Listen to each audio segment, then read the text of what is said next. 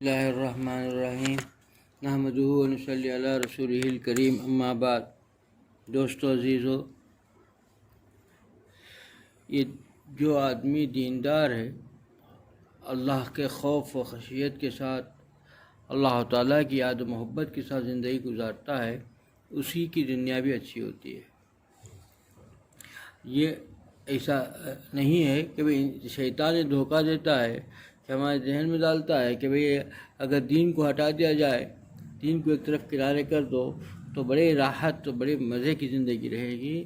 مزے کی زندگی نہیں رہے گی۔ اسباب راحت تو ہو سکتے ہیں، عالیشان مکان بن سکتا ہے، کاریں مل سکتی ہیں، بڑے بڑے چیزیں، سب اسباب لے سکتا ہے، لیکن سکون نہیں لا سکتا۔ یہ تو اللہ کے باغی، اللہ کے دشمن اور کفار کو بھی نصیب ہے۔ یہ بڑے بڑے محلات، گھر ہیں، ہر چیز، نوکر چاکر، سب چیز نصیب ہیں، لیکن سکون سے بہت ہی دور ہے۔ اس لیے کہ سکون اس چیز کا نام نہیں ہے۔ سکون ان چیز، آلات سکون اور چیزیں، آسائش و آرائش کی چیزیں اور ہیں، سکون اور چیزیں۔ سکون تو صرف اسی کو ملے گا جو اللہ تعالیٰ کی یاد و محبت میں زندگی گزارے گا۔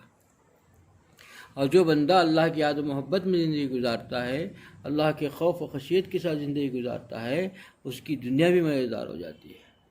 دنیا بھی اسی کی صحیح ہے، اسی کے ساتھ اللہ تعالیٰ دنیا بھی دیتے ہیں، کیونکہ یہ چیزوں کے پاس رہ کر بھی پریشان ہے تو پھر کیا فائدہ ہے؟ دنیا کیا کس کام کی؟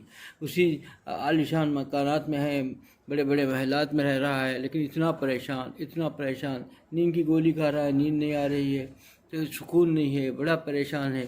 بڑے بڑے بہترین غذائیں سامنے سجی ہوئی ہیں، کھا نہیں سکتا، کھایا تو مزہ نہیں ہے، دل کو نہیں لگتا، بڑا پریشان رہتا ہے، کیونکہ دل اس کا بے چین رہتا ہے۔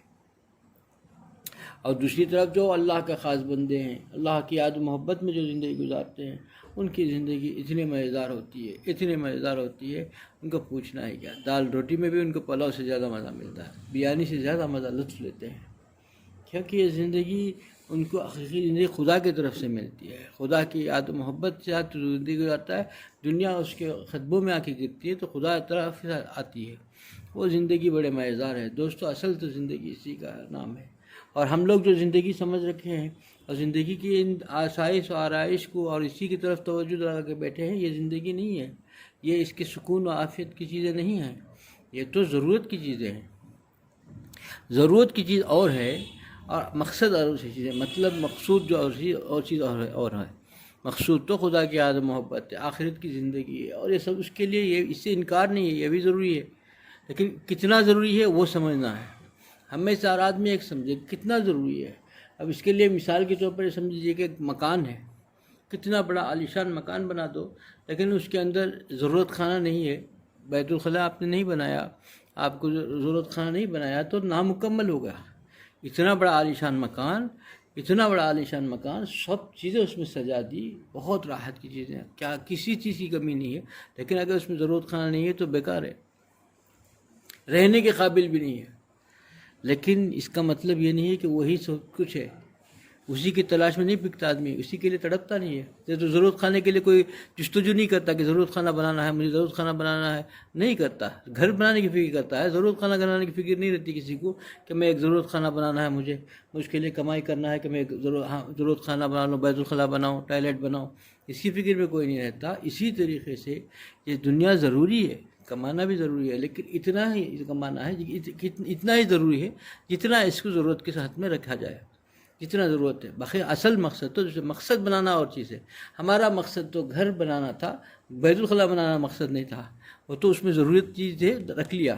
اسی طریقے سے ہمارا مقصد آخرت بنانا ہے، اس میں ضرورت کی چیزیں دنیا بھی ہیں، تو دنیا جتنی ضرورت کی اتنا لے لیا جائے، اتنا کوئی حرج نہیں، ضروری ہے، انکار بھی نہیں، اس کو بھی ہونی چاہیے، اتنی ہی ضرورت ہے اس کی۔ اور کوئی ایسا نہیں کرتا ہے کہ بھائی اب اسی فکر میں کہ بھائی بیت الخلاء کے چکر نہیں کاٹ رہتا، کہ رات دن دماغ میں بیت الخلاء ہی ہو جائے، ضرورت خانہ ہی ہو جائے، وہ اسی کے چکر میں نہیں کاٹتا نا، تو پھر کیا بات ہے کہ دنیا کے معاملے میں تو ابھی اس دنیا کے معاملے میں یہ ایسا چیز ہے کہ بھائی خالی دنیا ہی دنیا بھری ہوئی ہے، وہ آخرت کو بھول بیٹھا ہے۔ یہ سب سے بڑا دھوکہ ہے۔ حضور اکرم صلی اللہ علیہ وسلم نے نصیحت فرمائی، جس نے اپنی آخرت کو یعنی آخرت کی فکر کو اپنا اصل بنا لیا، اس کی دنیا کے لیے اللہ کافی ہو جاتے ہیں۔ کوئی فکر کی ضرورت نہیں. اللہ تعالیٰ اس کی جتنی دنیائی چیز حاجات ہیں سب پورا کر دیں گے، مگر یہ ہے کہ آدمی آخرت کی فکر کو سوار کر لے، وہ آخرت کے لیے جیے، آخرت کا ہر لمحہ اس کا آخرت کا ہو، اس کے جو ہے ہر چیز جو ہے آخرت کی فکر، آخرت کی طلب و تڑپ میں زندگی گزر جائے، کہ خدا میرا راضی ہو جائے، آخرت کی میری زندگی صحیح ہو جائے. اس کی فکر میں جو زندگی گزارتا ہے اس کے لیے دنیاوی سارے چیزیں اللہ تعالیٰ غیب سے تکمیل فرماتے ہیں، ایسا پورا فرماتے ہیں کہ آدمی سوچ نہیں سکتا، تصور نہیں کر سکتا. آدمی خود بھی محنت کر کے اتنا دنیا کی پا نہیں سکتا جتنا خدا تعالیٰ آخرت کے چاہنے والوں کو عطا کرتے ہیں. یہ چیز ہی زندگی ہے دوستو، اس کو سمجھا نہیں. جس نے سمجھا وہ کامیاب ہو گئے. اللہ کے خاص بندے اسی کی فکر میں رہتے ہیں. ہم میں اور ان میں یہی فرق ہے کہ ان کے پاس صرف آخرت کی زندگی ہے اور دنیا ان کے لیے اتنی بھی نہیں ہے. حضور اکرم صلی اللہ علیہ وسلم نے فرمایا کہ دیکھو اللہ کے نزدیک مچھر کے پر سے بھی کوئی حیثیت ہوتی تو کافر کو ایک گھونٹ پانی نہیں ملتا. اب ان مچھر کے پروں کو جمع کے ہم کیا کریں گے؟ کچھ قابل ہی نہیں.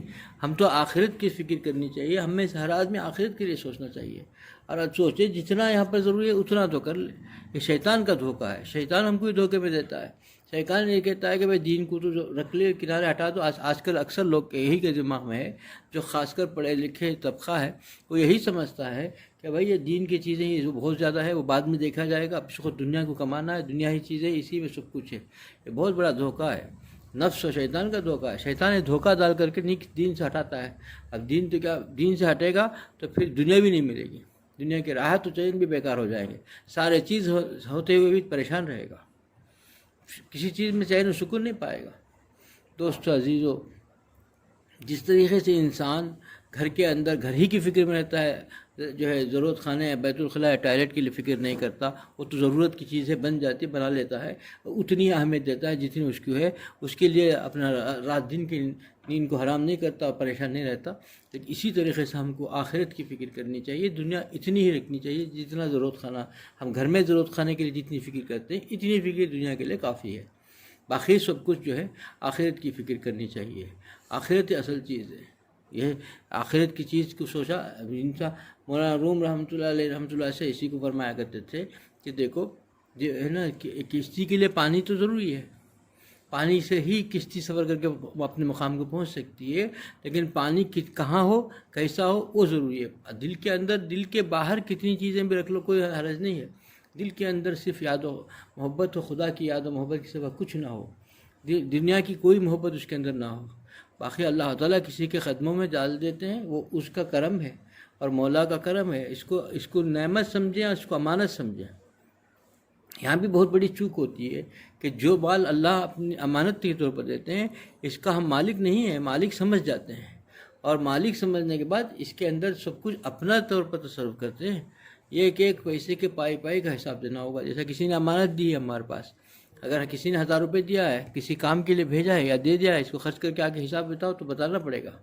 ایک پائی کہاں کھایا، کتنا کھایا، اور اس کے حساب سب کچھ بتانا پڑے گا. اسی طریقے سے خدا نے ہم کو دیا ہے، یہ امانت ہے، ہم مالک نہیں ہیں. ہم مالک نہیں ہیں دوستو. اگر کسی نے عقل سے، ہوشیاری سے اور اپنے ہی ذہانت سے، بہت ہی ذہانت سے مال کماتا تو جتنے بھولے بھالے معصوم لوگ ہیں پورے بھوکے مر جاتے ہیں. اللہ تعالیٰ سب کو رزق پہنچ جاتے ہیں. یہاں بھی ایک بہت بڑا چیز ہے کہ انسان گناہوں میں ڈوبا رہتا ہے. ہم اس کو اگر توجہ دلاتے ہیں کہ بھئی گناہ کو چھوڑ دو، اب اللہ کی طرف آ جاؤ، توبہ کر لو، تو وہ کہتا ہے کہ اللہ تعالیٰ غفور رحیم ہے، کریم ہے. یہ بار بار اسی کو کہتا ہے. تو وہ کیوں یہ نہیں سمجھتا کہ اللہ رازق ہے، رزاق ہے، وہ رزق تو پہنچاتا ہے؟ اس میں کیوں نہیں رہتا؟ اس میں تو رات دن دماغ کھپا رہا ہے، محنت کر رہا ہے. وہ بھی تو رازق رزاق ہے، اس کو بھی تو سمجھے. اس میں کیسے محنت کر رہا ہے؟ اس میں تو بیٹھتا نہیں، بولتا ہے، بول کے بیٹھ جاتا ہے. اس میں تو آرام سے بول دیتا ہے کہ اللہ تعالیٰ کریم ہے، رحیم ہے، اللہ تعالیٰ کرم فرما دیں گے، جب مریں گے تب دیکھا جائے گا. یہ جملہ جو آتا ہے یہ شیطان اور نفس کا دھوکہ ہے. کیونکہ دنیا کے معاملے میں، رزق کے معاملے میں تو اپنا پوری محنت کرتا ہے. کبھی اس میں ہاتھ رکھ کے نہیں بیٹھتا کہ اللہ رازق ہے، رزاق ہے، رزق پہنچا دیں گے، ہم بیٹھ جائیں. کوئی نہیں بیٹھتا. اور تو پھر اس میں کیوں بیٹھ جا رہا ہے؟ اس میں کوشش کیوں نہیں کر رہا ہے؟ اپنے گناہوں سے بچنے کی فکر کیوں نہیں کر رہا ہے؟ سب دھوکہ ہے. ہم کو ہر طرف سے دھوکے کے گھر میں، اب یہ تو دنیا ہی دھوکے کا گھر ہے، ہم اس دھوکے گھر میں ایسا دھوکے میں پڑے ہوئے ہیں کہ ہم کو احساس ہی نہیں ہو رہا ہے کہ ہم دھوکے میں ہیں. ہم سمجھ رہے ہیں کہ بہت ہوشیار ہیں، ہم دھوکے میں پڑے ہوئے ہیں. ہمارا وقت ضائع ہو رہا ہے، نفس و شیطان نے ہم کو دھوکے میں رکھا ہوا ہے، اور ہم جو کچھ سمجھ رہے ہیں وہ غلط سے ہے، ہماری سوچ غلط ہے. اسی لیے ہم کو جو پریشانیوں نے آ گھیرا ہے، ہماری پریشانیاں دور ہونے کے لیے ایک ہی راہ ہے کہ اللہ تعالیٰ کی طرف دوڑنا ہے، اللہ تعالیٰ کی طرف یاد و پکار، اللہ کو پکارتے ہوئے چلے، اللہ کی یاد و محبت کی فکر کرے. اللہ کی یاد و محبت میں جو زندگی گزرے گی وہ کامیاب ہوگی. اللہ مجھے بھی اس پر عمل کی توفیق عطا فرمائے، آپ لوگوں کو اس عمل کی توفیق عطا فرمائے. وآخر دعوانا الحمدللہ رب العالمین.